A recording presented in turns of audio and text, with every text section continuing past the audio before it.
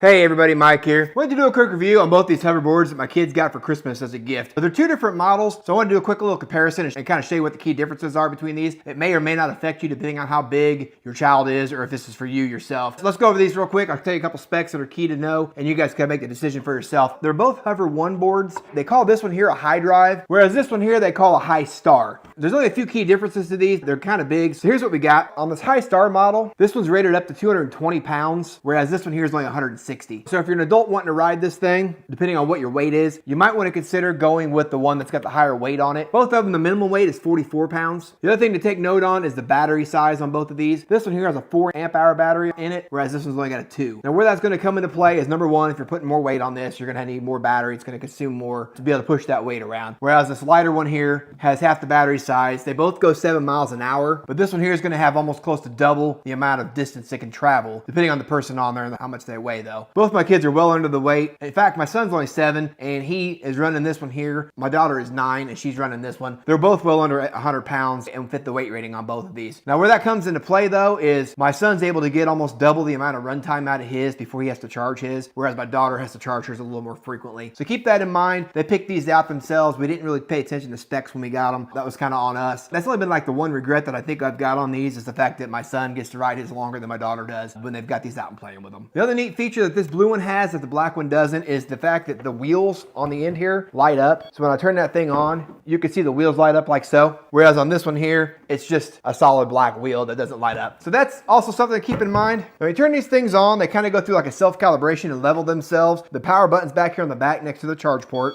And you see how it kind of just flips up and levels out. And once it beeps and they get the green light on top, you're ready to go. And basically this thing's just a pressure switch. So if you kind of rock forward, it'll roll forward, you rock back, it rocks back like so. And then you can make it spin by simply pushing one versus the other. And it'll spin like that. Both kids have gotten pretty good on him. In fact, they kind of just stepped on them and kind of almost already knew what they were doing, which surprised the heck out of me because I didn't think they'd ever been on one before. So my theory is the smaller the person, or in the case with the kids, the better they're going to be on this thing quicker. My wife's tried to get on these things a few times now. It's kind of funny and humorous. I try not to laugh at her, but I do anyways. I don't dare get on these things. I value my life too much, so I stay clear. My time playing on one of these is past. But other than that, that's really about all there is to it. The charge time on them is pretty similar. It takes about 5 hours to charge this one. I believe this one's 6 hours. There's like an hour difference between them as far as your charge time goes. I think this one's advertised as being able to travel up to 3 miles. This one's I think closer to 6 miles, which makes sense with being double the battery life. Both kids have had a blast with these things. They love playing on them. Like any other toy, assess the risk and decide whether it's right for your kiddo or not. It takes a little balance and some practice to kind of get the hang of it. But like I said, both my kids are whizzes on these now. That's all I've got for you today. Hopefully that was somewhat helpful for you. Appreciate you guys taking the time to watch this, and we'll catch you guys on the next one.